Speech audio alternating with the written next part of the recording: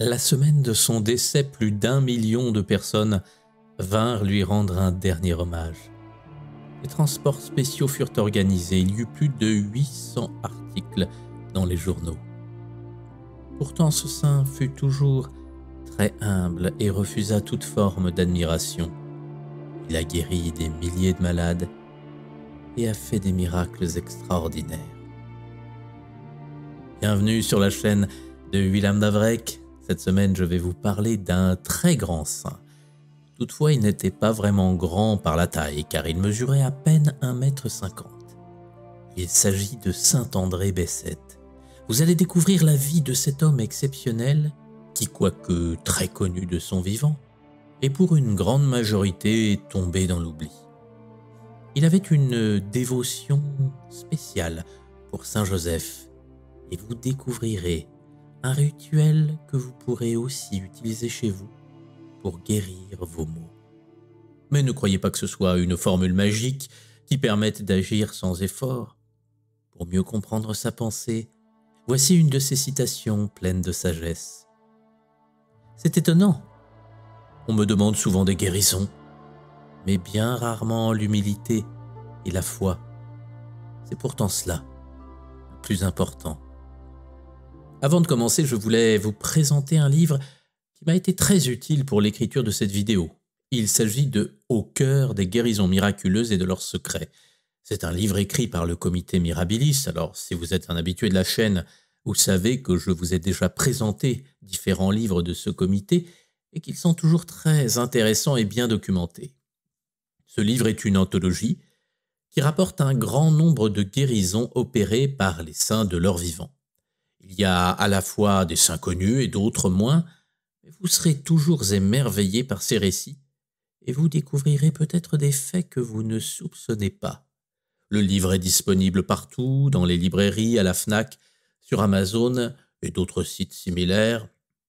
Je vous laisse en commentaire épinglé et en description les références pour vous le procurer. En tous les cas, un grand merci à ce sponsor car la situation de la chaîne est toujours délicate et ces partenariats me permettent de continuer malgré les difficultés.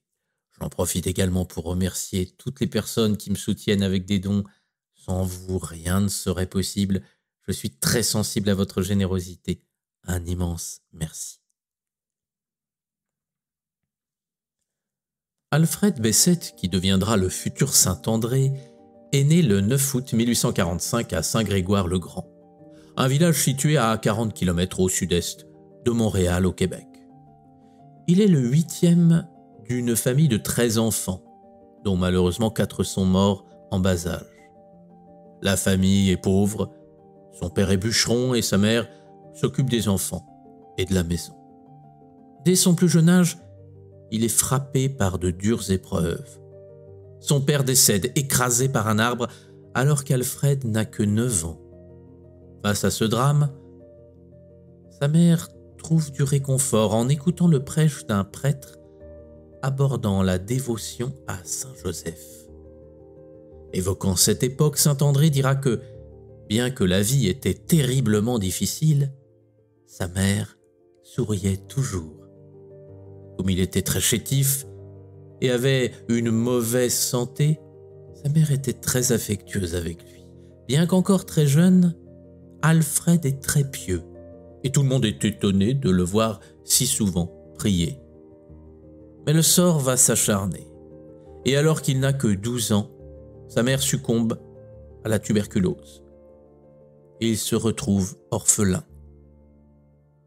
Ce malheur est difficile à supporter car sa maman était si douce avec lui.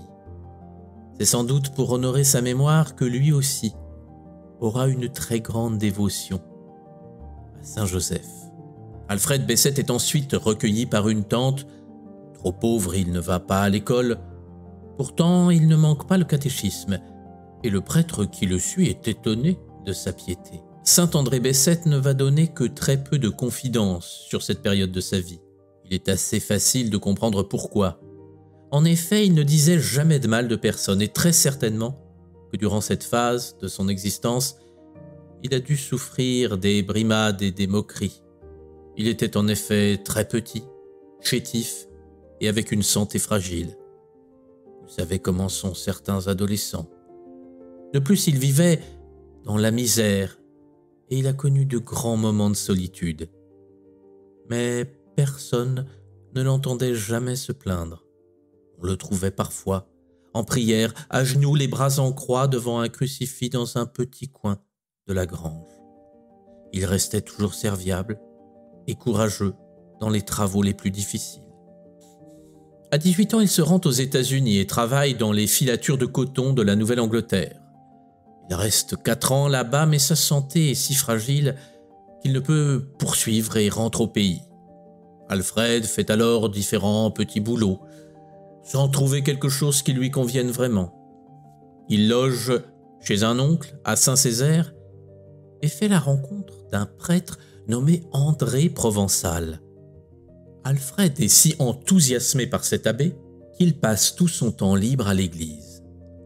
Là encore, Saint André est très discret sur ce qu'il va vivre, mais il dira tout de même recevoir à cette époque de très grandes grâces.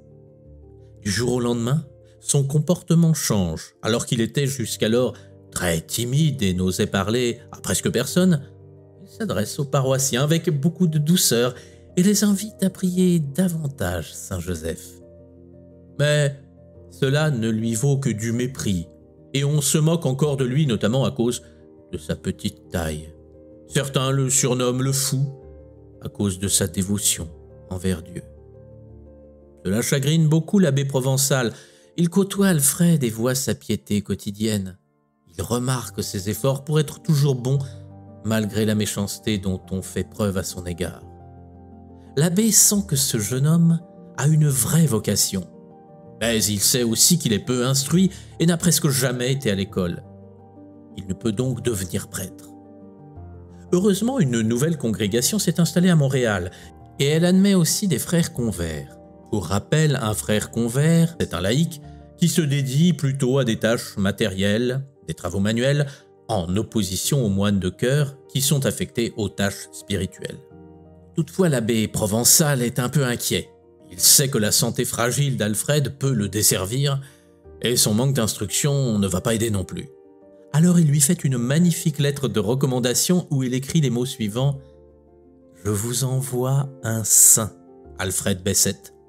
Entre donc au noviciat le 22 novembre 1870 et reçoit, à sa prise d'habit, le nom de frère André en l'honneur de son protecteur l'abbé André Provençal. Frère André est un excellent novice, très obéissant. Il ne rechigne jamais à la tâche, bien au contraire, il redouble d'efforts et de dévouement pour faire oublier sa mauvaise santé et éviter d'être renvoyé. Le père maître n'a rien à lui reprocher, mais les supérieurs redoutent qu'il devienne bientôt un poids pour la jeune communauté, qui n'a que faire de religieux malades. Le conseil le refuse donc au vœu le 8 janvier 1872. C'est une terrible nouvelle pour frère André. Une épidémie de variole se déclenche alors et met tout le monde en effroi. André, qui est si sensible à Saint Joseph, suggère immédiatement de faire une procession avec la statue de Saint Joseph. Le supérieur est d'accord. 2 jours après, l'épidémie est vaincue. Malgré cela, il est toujours prévu que frère André quitte les lieux. Il va alors se produire quelque chose d'inattendu. L'évêque de Montréal a prévu de visiter la congrégation. Et à la surprise de tous, il accorde un entretien à frère André qui lui ouvre son âme et reçoit en échange la promesse que la communauté le gardera. Et, de fait, le conseil revient quelques jours plus tard sur sa décision. Si ce jeune homme devient incapable de travailler, il sera au moins très bien pris et conclut le père maître. Début de l'année 1872 arrive un prêtre français nommé le père Hupier. Il est en charge des frères convers. Ce religieux est un modèle de pénitence, de douceur et de charité. Il comprend aussitôt que le frère André est un être exceptionnel. Alors qu'une bonne partie de sa vie, frère André a été pris pour un imbécile ou un fou et qu'on s'est moqué de lui, cette fois ce n'est pas le cas. Le père Hupier le rassure. Son amour pour Dieu, sa dévotion envers Saint Joseph, ce ne sont pas des tares, et au contraire des bénédictions. Il lui donne de précieux conseils que le jeune religieux n'oubliera jamais. Il le rassure sur sa vie spirituelle et l'engage à se donner totalement, à être toujours et en tout absolument soumis à la volonté de Dieu. C'est une joie pour frère André. Quelqu'un le comprend enfin. D'habitude, on lui répond que la volonté de Dieu, c'est de l'esclavage et qu'il vaut mieux être libre. Sauf qu'André voit que ceux qui se disent libres sont en fait esclaves de leur instinct, de leurs désirs, de leurs passions, et qu'il n'y a là aucune liberté. Encore une fois, alors que frère André est heureux d'avoir trouvé un soutien, celui-ci est de courte durée. Le père Hupier meurt le 4 juillet 1873. Toutefois, le lendemain de son décès, frère André le verra en rêve, où il lui posera une question. Quelle prière pourrais-je faire qui soit la plus agréable au bon Dieu? Le père Hupier commence alors à réciter le Notre Père, et quand il prononce la phrase « Que votre volonté soit faite », il la répète 3 fois, puis le rêve s'évanouit. Frère André prononce ses vœux perpétuels le 2 février 1874 à 29 ans. Il est alors désigné comme portier du nouveau collège Notre-Dame, situé sur la Côte des Neiges à Montréal.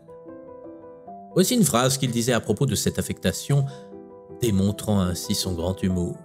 « Mes supérieurs me mirent à la porte et j'y suis resté 40 ans. Ne pensez pas qu'être portier était une tâche facile. Il était également jardinier, chargé de l'entretien des lieux de passage et des parloirs, cordonnier, tailleur, coiffeur, commissionnaire, surveillant. Dernier couché, il était aussi le premier levé. Il est le dévouement personnifié. Il ne refuse rien. Et quand il n'a pas assez de temps, il termine la nuit ce qu'il n'a pu faire le jour. Vous pensez peut-être que cette vie de labeur le rendait triste, mais c'était tout le contraire. Ceux qui le côtoient le trouvent toujours de bonne humeur. Frère André ne manque pas une occasion de plaisanter, et il fait même parfois des farces et des jeux de mots. C'est pour cela qu'il était très apprécié de la grande majorité, professeurs et élèves. Nous allons maintenant aborder les guérisons miraculeuses qui ont eu lieu par son intermédiaire. Nul ne sait précisément quand tout cela a commencé, étant donné que frère André était très discret. En tous les cas, le premier miracle attesté s'est produit sur un frère de la congrégation nommé Aldéric. Ce dernier avait une blessure au genou qui s'était infectée et dégénérait. Frère André lui dit de ne plus s'en soucier, et la guérison eut lieu le lendemain. Ensuite, il guérit de nombreux élèves, soigna des fièvres, des rages de dents et d'autres blessures. Tout cela finit par se savoir, et des malades de plus en plus nombreux se rendirent au collège Notre-Dame afin de rencontrer ce frère, capable de prodiges. Parmi les visiteurs, certains confient leur maladie à ses prières. D'autres l'invitent à les visiter à la maison. Le religieux prie avec eux, et il leur remet une médaille de Saint-Joseph. Nous savons qu'il voue une dévotion particulière à l'époux de Marie. Et je vais vous décrire ce fameux moyen dont il se servait pour guérir bien des malades. Il y avait au collège une statue de Saint-Joseph et frère André déposait à ses pieds un petit récipient contenant de l'huile qu'il consacrait à ce saint, et il la laissait ainsi quelque temps. Cela pouvait aussi se faire d'une autre manière, et l'huile était tirée d'une lampe qui brûlait devant la statue. Puis, il conseillait aux personnes souffrantes de s'en frictionner avec confiance et la plus grande foi. À ceux qui ne pouvaient se déplacer, il suggérait de faire de même chez eux avec une médaille de Saint-Joseph à défaut de statue. L'huile consacrée pouvait faire des miracles. Mais comme le répétait frère André, la foi est indispensable pour que l'huile puisse agir. En fonction des malades, il proposait que ces frictions durent des heures et il fallait les renouveler plusieurs jours de suite. Un nombre considérable de témoins dira avoir été guéris ou soulagés par cette pratique. Frère André agissait selon une logique que nous ne pouvons comprendre. Il souhaitait toujours accomplir la volonté de Dieu et parfois, il guérissait des malades à leur insu, à distance, sans même que ces derniers ne soit au courant. André ne cesse de se dire l'instrument de Saint Joseph. Il refuse d'être félicité ou récompensé pour ses guérisons. Quand on essaie de le flatter ou de le glorifier, il répond « C'est le bon Dieu et Saint Joseph qui peuvent vous guérir, et non pas moi. Je prierai Saint Joseph pour vous. » Frère André, toujours fidèle à ses principes, ne cherche pas à faire connaître ce qu'il fait, mais il ne s'en cache pas non plus, et sa hiérarchie est parfaitement au courant. Toutefois, sa réputation devient telle que le nombre de malades se présentant au collège ne cesse d'augmenter, et cela devient problématique. On craint les risques de contagion, et des parents d'élèves se plaignent. Alors, les dirigeants du collège décident d'interdire à frère André de recevoir des malades à l'école. Celui-ci comprend et accepte la nouvelle, sans broncher. Désormais, il se rend dans un abri de tramway, se trouvant devant le collège, et rencontre là ceux qui veulent le voir. Au début, la compagnie de tramway est réticente, en voyant ces rassemblements. Mais face à l'afflux de voyageurs payants, elle fit rapidement semblant de ne rien voir, la renommée de frère André assurant à la compagnie une bonne rentabilité de la ligne vers Snowdon. André toutefois souhaite un lieu qui permette une plus grande dévotion à Saint Joseph. Alors il monte sur le mont Royal, qui se trouve un peu plus loin face au collège, et y dépose une statue afin que chacun puisse prier. Bien sûr, avec le nombre de plus important de malades, il est nécessaire d'aménager l'endroit. Et frère André souhaite que l'on construise un oratoire. Sauf que cela coûte cher et personne ne l'y autorise. De nombreuses années vont alors s'écouler où frère André demandera sans relâche l'approbation de sa hiérarchie pour l'édification d'un oratoire dédié à Saint Joseph. Il finit par obtenir l'autorisation de construire une chapelle. La direction du collège et l'archevêque de Montréal précisent toutefois que les frais engagés seront à la charge des demandeurs.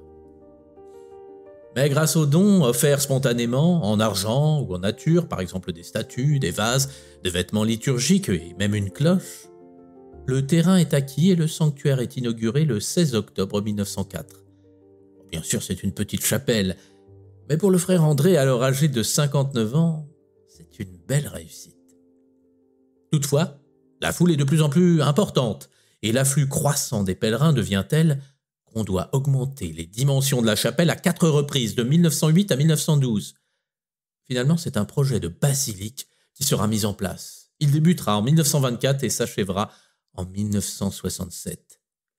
C'est le 3e plus grand oratoire au monde.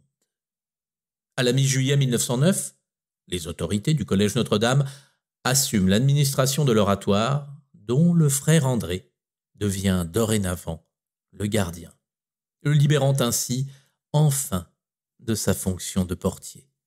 On ne croyait pas que tout était rose pour frère André.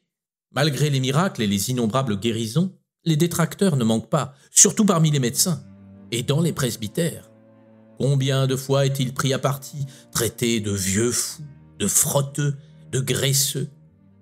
Les journalistes écrivent parfois des articles à charge pleins de sarcasme. Le frère André souffre beaucoup de ces incompréhensions. Il en pleure.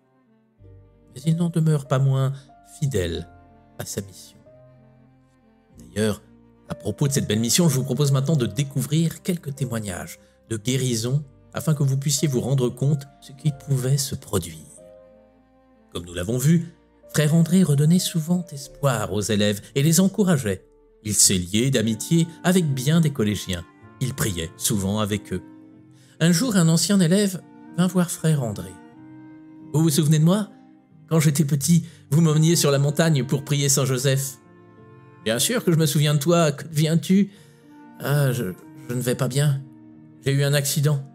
Et les médecins veulent me couper la jambe à cause de la gangrène. Je suis venu jusqu'ici grâce à une petite voiture d'infirme poussée par mon père. Je me suis dit que vous, frère André, vous pourriez me guérir. »« Oh, moi? Non, certainement pas. Mais Saint Joseph, assurément. Ah, au fait, tu peux revendre ta voiture d'infirme. Elle ne te servira plus à rien. » Frère André le conduit dans une pièce, à l'écart, et lui demande d'attendre et de prier jusqu'au soir. André revient et commence à frictionner la jambe du pauvre garçon à l'aide d'une médaille de Saint Joseph tout en priant. Et devant les yeux médusés du malade, la jambe qui était toute noire et gonflée reprend un aspect naturel. Le jeune garçon se lève et marche. Les médecins qui le sculpteront par la suite ne comprendront pas. Ils renonceront à l'amputer car sa jambe n'était plus du tout infectée et totalement saine. Parfois, nous l'avons vu, frère André guérissait à distance, sans qu'il n'intervienne de quelque manière que ce soit. Quand il était portier, il avait toujours un mot gentil pour les parents qui venaient visiter les élèves. Un jour, il vit entrer un homme, dont la démarche et le regard sombre trahissaient de lourdes préoccupations. Il s'adresse alors à lui. « Comment allez-vous, cher monsieur ?» L'homme le regarde à peine et lui dit « Non, qu'est-ce que ça peut vous faire ?» « Frère André, lui dit en souriant. « Mais quel mauvais caractère !»« Écoutez, je suis désolé de vous avoir parlé ainsi. Mais vous savez, je suis préoccupé par ma femme. Elle n'a pas quitté le lit depuis des années. Et les médecins viennent de m'apprendre qu'ils ne pourront rien faire pour elle et qu'elle est condamnée. » Frère André, ému par les mots de ce monsieur, se recueille alors un instant. Puis il regarde l'homme et lui dit « Vous savez, je pense qu'elle n'est pas si malade que ça. D'ailleurs, elle vous attend pour que vous lui donniez des nouvelles des enfants. Ah, au fait, j'ai oublié de vous dire, elle est totalement guérie. » L'homme regarde frère André en ne sachant que penser. Pourtant, il rentre chez lui avec un espoir grandissant qu'il ne comprend pas. Dès qu'il franchit le seuil de sa maison, il reste sans voix. Sa femme est là, debout, devant lui. Mais qu'est-ce qui s'est passé? J'étais dans mon lit et alors j'ai entendu une voix qui me disait « Tu es guéri, lève-toi ». J'ai immédiatement demandé à l'infirmière de m'aider. J'ai pu marcher sans difficulté. Je me sens rétabli. C'est un tel bonheur. Le mari, en questionnant sa femme, se rendit compte que sa guérison avait eu lieu précisément au moment de sa discussion avec frère André. Et voici un des miracles les plus incroyables qui a été constaté par de nombreux témoins. Comme je vous l'ai raconté plus tôt, un grand oratoire dédié à Saint Joseph fut mis en chantier sur le Mont-Royal. Et lors de sa construction, un ouvrier fut grièvement blessé. Ses jambes furent littéralement broyées et ne ressemblaient plus qu'à un amas de chair. En apprenant la nouvelle de cet accident, frère André se rendit sur place. Il découvrit le pauvre homme hurlant de douleur. À ses côtés se trouvait un médecin qui avait été appelé en urgence. Celui-ci préconisa d'amputer immédiatement le pauvre homme, car il n'y avait rien d'autre à faire. Frère André regarda le médecin et lui dit calmement « Cet ouvrier a travaillé pour Saint Joseph. Alors Saint Joseph s'occupera de lui. » Le médecin connaissait frère André, et il admettait qu'il puisse guérir un rhume ou une fièvre. Mais là, les jambes de l'homme étaient en bouillie. Il fallait être réaliste, pas question de prière ou de friction d'huile. « Écoutez, mon frère, Saint Joseph n'y pourra rien. Il faut se dépêcher si nous voulons sauver cet homme. » Mais, avec le plus grand calme, frère André alla chercher une médaille de Saint Joseph. Il la passa tout doucement sur les jambes de l'ouvrier. Du sang se mit à couler en abondance. Puis, les muscles et les os semblèrent reprendre forme. La peau se cicatrisa et l'homme se mit debout et marcha, à la grande stupeur de toute l'assemblée présente. Par la suite, frère André eut besoin d'un chapelain pour assurer des messes quotidiennement à la chapelle du Mont-Royal. Il en fit part au supérieur de son ordre, mais la réponse fut négative. Personne n'était disponible pour cette tâche. André dit alors qu'il y avait bien le père Adolphe Clément. « Ah, ce n'est pas possible, André, ce prêtre est en train de perdre la vue. Il n'est plus capable de lire que les très gros caractères. » Toutefois, comme André insistait, on lui envoya le père Clément. « Mon cher frère, je suis très honoré de votre confiance, mais comme il vous a été expliqué, ma vue dégénère. Il m'est impossible de vous aider. »« Oh, ne vous inquiétez pas, lui répondit André. Je vous promets par Saint Joseph que dès demain, vous pourrez lire comme il se doit, et ainsi, vous pourrez dire la messe quotidiennement. » Et à sa grande surprise, en se réveillant le lendemain, le père Clément pouvait lire distinctement, et ainsi apporta toute son aide au frère André. À la fin de l'année 1936, le frère André est à New York pour solliciter un don du milliardaire Rockefeller. pour parachever la construction de la basilique. Il sent déjà que la fin approche. Pris d'un malaise, il souhaite revenir à Montréal. Le 28 décembre, il est conduit à l'hôpital Notre-Dame de l'Espérance à Saint-Laurent et dans la soirée du 5 janvier, la souffrance le gagne. Mercredi, le 6 janvier 1937 à minuit 55, le frère André rend son dernier souffle à l'âge de 91 ans. La nouvelle de la mort du frère André se répand comme une traînée de poudre. Aux États-Unis, une trentaine de journaux couvrent sa mort. Il faut compter pas moins de 860 articles à son sujet. Les gens viennent de partout pour rendre hommage au frère André. Aux États-Unis, des trains spéciaux arrivent du Maine, du Massachusetts, du Connecticut, du Rhode Island, du New Hampshire et du Vermont. Plusieurs font le voyage en avion, comme ce pèlerin de San Francisco dont le fils avait été guéri par le frère André. Un millionnaire new-yorkais est quant à lui parti tous les matins vers Montréal et rentré chaque soir chez lui par avion pendant 8 jours.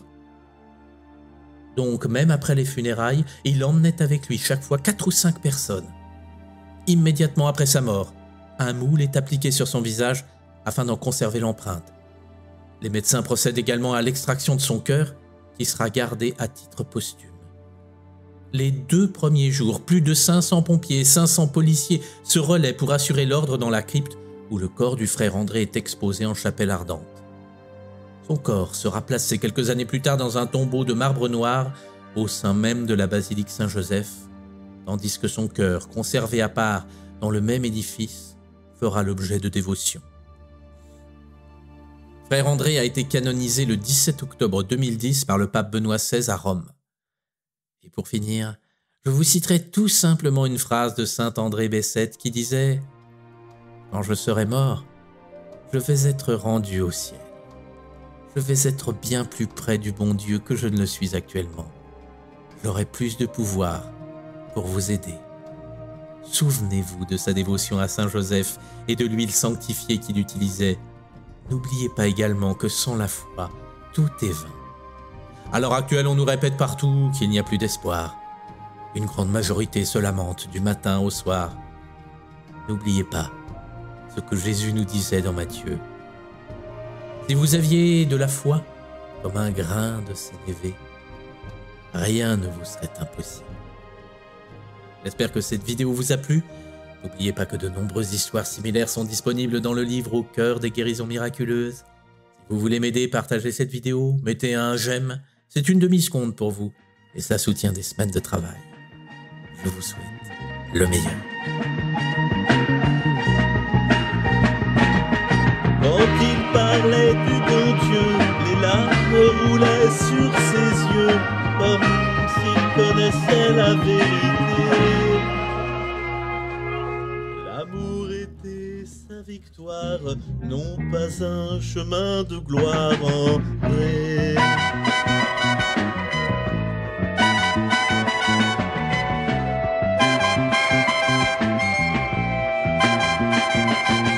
C'est un grain de sénévé qu'un petit homme a su jeter, et l'on sait bien ce qu'il est arrivé. Du sommet de sa montagne, Saint Joseph est honoré grâce à son ami, le frère André.